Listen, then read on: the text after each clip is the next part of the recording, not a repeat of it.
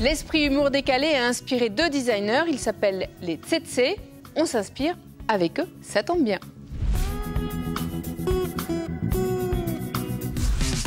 Derrière le nom des Tsetse se cachent Sigolène et Catherine, 2 créatrices qui donnent vie à des objets depuis 20 ans.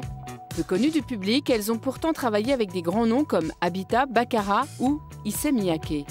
Dans tous leurs projets, c'est le même état d'esprit, la même fantaisie, le même humour. Nous allons découvrir pas à pas comment créer chez vous cet univers décalé.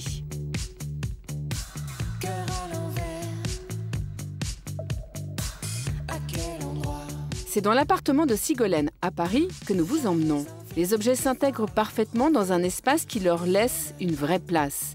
Ils ne sont plus exposés comme dans un musée, ils sont désacralisés pour prendre part à la vie de la maison.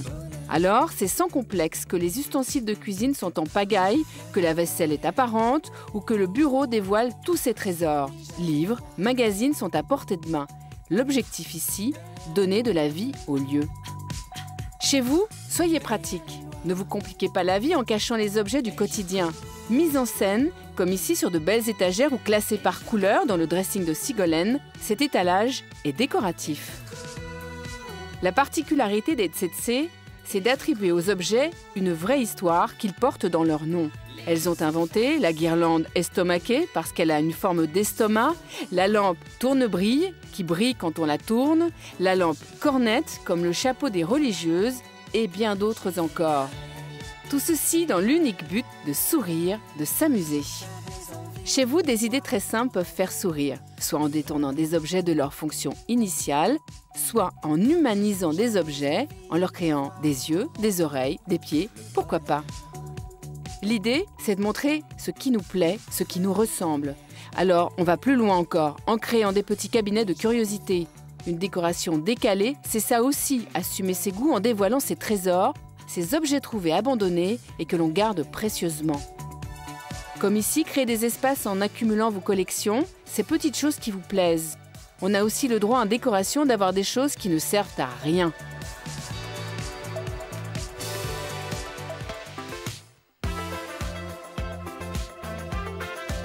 Ce qui est remarquable chez Sigolène, c'est le travail sur les ouvertures.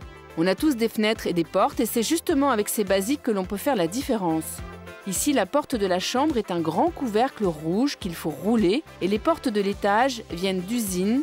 Elles se coulissent en mixant leurs couleurs bigarrées. Chez vous, par exemple, vous pouvez choisir des poignées de porte colorées ou bien encore utiliser des portes de placard pour en faire de véritables portes d'entrée. En un mot, amusez-vous. Impossible ici de passer à côté du choix des couleurs de Sigolène. Le rouge, le orange, le bleu, le marron, ces couleurs s'imposent. Loin des tendances, elles sont juste l'expression du goût de la créatrice des Tsetse. Alors, tout naturellement, on les retrouve sur la vaisselle, le mobilier, les textiles ou même le sol. Composé de plaques de contreplaqué, le sol est peint en rouge ou en orange. Cela donne beaucoup de personnalité. Chez vous, choisissez des camaïeux de couleurs qui vous plaisent, à vous. Et déclinez-les en nuances, comme ici, par exemple. Le rouge se décline en rose, orange, bordeaux, ce qui s'harmonise parfaitement avec le lieu. Le choix des couleurs est une chose très difficile, mais plus encore, la place qu'on lui donne. Où poser la couleur? Les créatrices des Tsetse vous diront partout, sauf sur les murs. Des murs blancs permettent de mettre en valeur tous les objets colorés. Comme ici, vous pouvez personnaliser les meubles les plus simples, en les recouvrant de vinyle, coloré bien sûr, et en changeant les poignées. La dernière astuce que nous livre la créatrice des Tsetse, c'est de ne pas hésiter à utiliser toute la hauteur des murs, en rangement avec des cadres ou des tableaux. Et puis cela fait sourire de percher un os en néon très haut, comme pour narguer un chien qui ne pourra jamais l'atteindre. Voilà pour cette immersion au cœur de l'univers décalé des Tsetse.